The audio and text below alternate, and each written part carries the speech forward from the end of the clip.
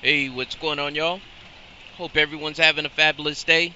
If you haven't gotten a chance to subscribe to this channel, please do so. I want you to ring that notification bell. That way, when I drop a video, you guys are going to be notified. If you guys haven't gotten a chance to download my book, it's called Credit Anatomy, where I try and teach you guys about building credit, how to negotiate with some of your collectors, and things like that. So, go ahead, download the book, and you'll be a part of my newsletter where I send you weekly emails on tips on building credit, stuff like that. So in this video, what I want to talk to you guys about, you guys know I've been working on a series talking about business credit, business, and this is for my truckers, this is for my entrepreneurs. In this video, this is for those of you that really don't understand how important it is to understand the taxes that are coming in and out of your house. I'm not a CPA, not a financial advisor. One of the things you will never understand if you never owned a business is the tax loopholes for businesses. A lot of times you hear people talk about the wealthy. What frustrates me more than anything is the fact that people have no problem talking about the wealthy. They talk about all the strategies that the wealthy use to their benefit to allow them to get more wealthy. The same people that complain about the wealthy aren't using the strategies to their benefit to make themselves more wealthy. I understand if it was you were doing everything that you possibly can to become wealthy and you just couldn't get ahead. I understand those situations, but a lot of times you have people with means, to provide for themselves, to start another business so that they can use the same tax strategies that people that have businesses use. When you look at business, like for example, one of the largest expenses that can affect someone is taxes. If you were to look at your home like a business, taxes is going to be your largest expense. If you do not control your expenses, you will not be successful in business or in life. When you look at the tax code is structured in a way so that you understand that we need you to start a business. We need you to start a business. The government incentivizes you to start a business, and it says, hey, look, if you start a business, we're going to give you tax breaks. As difficult as these times are right now, there are going to be a lot of us that are laid off. Nobody is free or safe from what is about to come down the pike. It is not just a health situation that we're in. We are at war with the health situation and a personal financial situation. Unless you understand what you're facing, you're going to have an uphill battle for the next decade or two. And so what I'm trying to do is I'm trying to awaken you guys. And I'm trying to get you guys to see what I see coming down the pike. When I first started getting into business and working for large corporations and stuff like that, I started seeing trends in the economy. I started seeing trends in the stock market. And I was always behind the curve. Like, I could never predict anything because something catastrophic would happen. I would be a victim to whatever it was. Meaning the economy goes bad, I lose my job. And so what I wanted to do was I wanted to get ahead of the curve. I wanted to be the person that says, okay, I see this happening, so I know this is going to happen. Or I see this happening, so I'm going to do this. And what I want you guys to start thinking about is start looking at life in this way. Start being ahead of whatever it is that is coming your way. A lot of times in the South, what we do is you'll see people putting out sandbags and boarding up windows for a hurricane that's coming our way. We'll see it in the Gulf. We'll see a hurricane. If you guys don't know, I stay at the bottom, right? I stay at the bottom of Louisiana. And we'll see hurricanes coming, on television. The weather is, hey, it's coming for you guys. It's coming for you guys. It's coming for you guys. And we see it. Some people board up windows. Some people put out sandbags, and some people do nothing at all. Some people just like, I'm gonna ride it out. Whatever happens, happens. And all I'm trying to get you guys to understand is, don't be that person that wants to ride a hurricane out. If you know something tragic is coming your way, what person do you want to be? Don't look at the hurricane and start yelling that there's a hurricane coming and do nothing. Don't be the person that all you do is just, there's a hurricane coming. Be the person that's putting out sandbags, boarding up your house, and getting the heck out of this situation, right? Avoiding the situation if you can. And with this health situation that we have, it is going to put a strain on our economy longer than 18 weeks or whatever they're saying.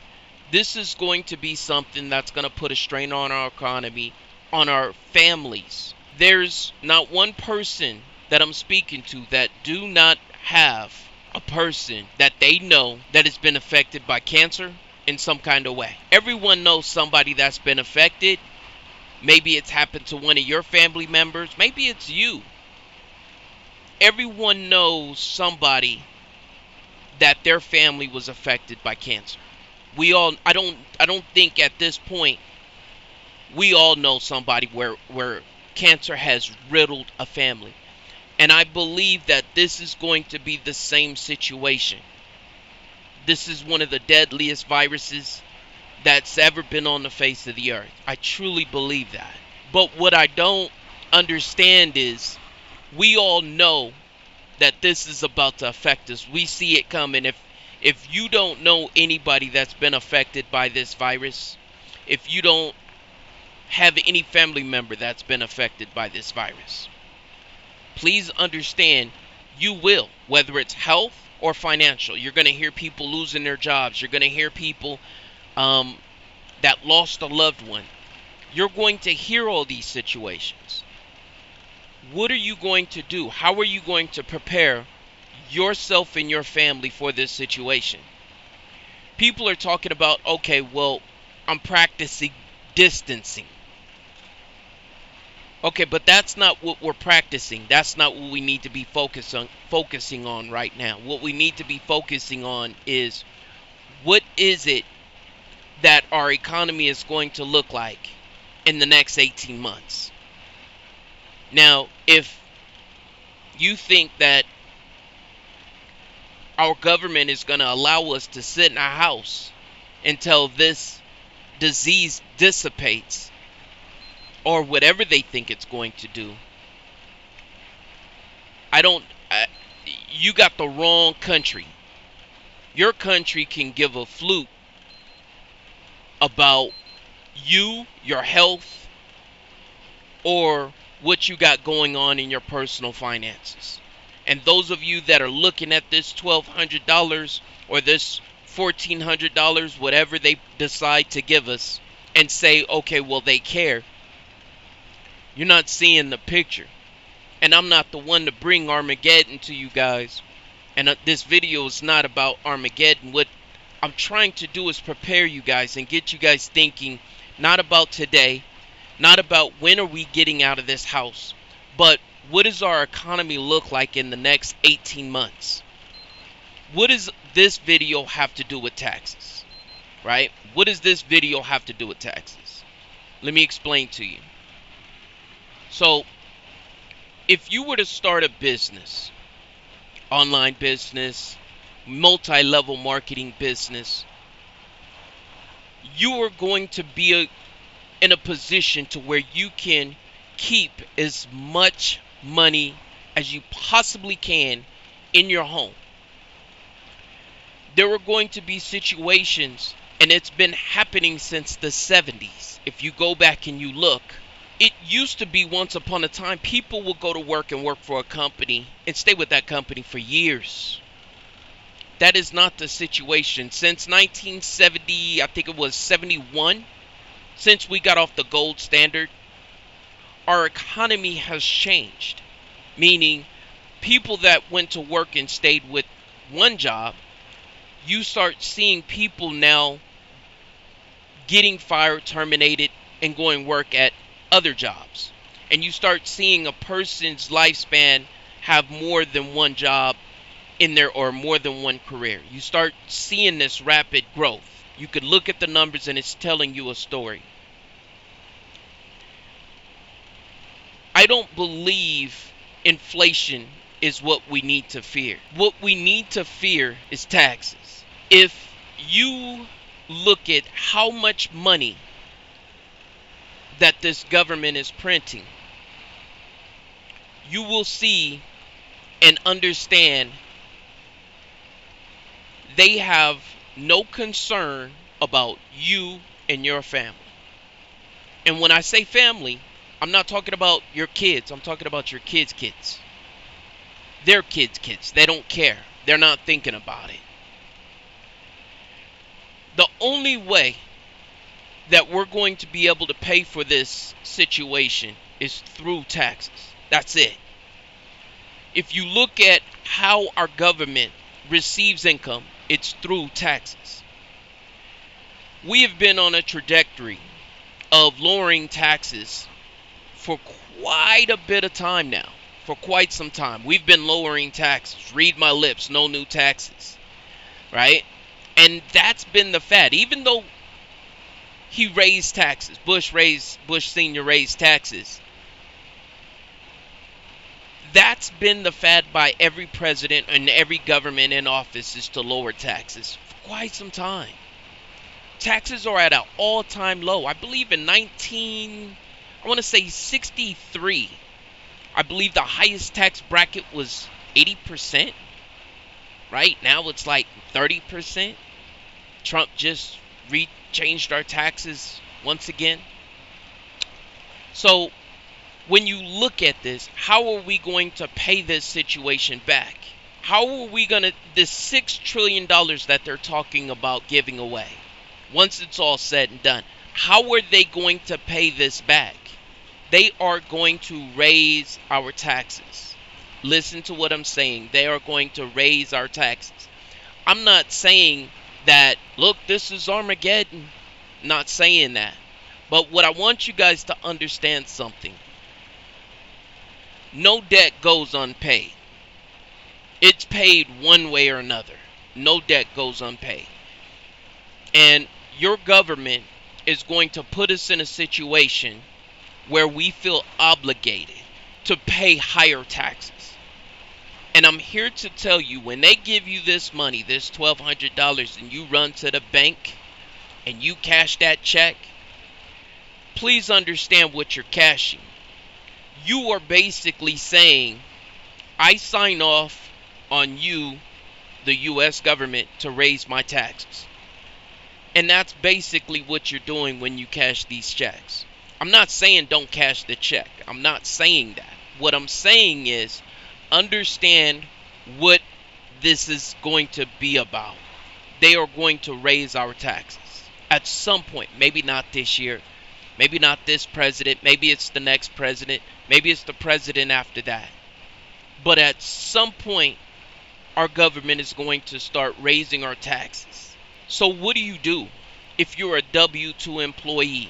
I'm telling you, this is something you really, really need to start looking at and understanding, is how the loopholes for taxes can help you keep your money in your house. When you have a business, all your expenses are written off. When you say a write-off, it's not a tax credit. I'm not saying it's a tax credit. A lot of times you'll hear people say, oh, well, I can write it off. No, you're not writing off the full amount. You're writing off a percentage of it. When you look at the numbers, nobody ever truly writes anything 100% off dollar for dollar. It's a percentage. Whatever tax bracket you're in, if you're a 20% tax bracket and you write off your cell phone bill, you're really writing off 20% of whatever that cell phone bill is. I'm not going to get into the numbers. If you don't believe me, go talk to your CPA. They will explain it to you. So what you want to do is you want to be able to start a business. I don't care what kind of business it is. That's completely irrelevant. The whole goal is to be able to keep as much money in your home coming down the pike. So what happens is when you start a business is there's expenses that you need to conduct business. Now, what are some expenses? Let's say you have $1,000 month in rent, just saying hypothetically, and you use 10% of your house for business. Well, you get to write off 10% of your rent. So you make $30,000, you subtract $1,200. Now you really, instead of making $30,000, you made $28,800. So once you understand this is how it works, so now you're not taxed on $30,000. You're only taxed on $28,800. You didn't make 30. That $1,200 just poof went out the window. Okay, got a cell phone bill. Well, my cell phone bill is $100 a month. Okay, well, you subtract another $1,200. Okay, so now instead of $28,800, I made $27,600. And you just keep subtracting these expenses from your gross income. Now, let's say you have a job, you got a W-2, you made $30,000, but in your business, once it's all said and done, once you're done, you lost, let's say, $12,000, right? Or $10,000, just to make math simple, right? You lost $10,000 in your business. You take that $10,000, subtract it from the 30, you are only going to be taxed on the 20, right? Now, it's not a $10,000 tax credit, right? But what you did was you allowed the income to stay in your home. These are the things that nobody teaches you in high school. You have to understand how the tax code is structured, and you have to understand that you have to be ahead of whatever is coming down the pike. And if you could be ahead of whatever is coming down the pike, you could get ahead of whatever it is that they're trying to influence you to do.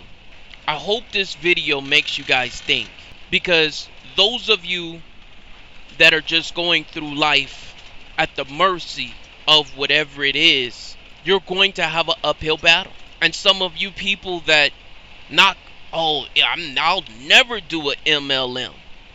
You never understood what the MLM could do for you. And I'm not talking about the income, right? I'm not talking about the income. I'm talking about the taxes that you can save by just being a part of an MLM. Well, Ken, I got to pay $100 a month just to be a part of the MLM.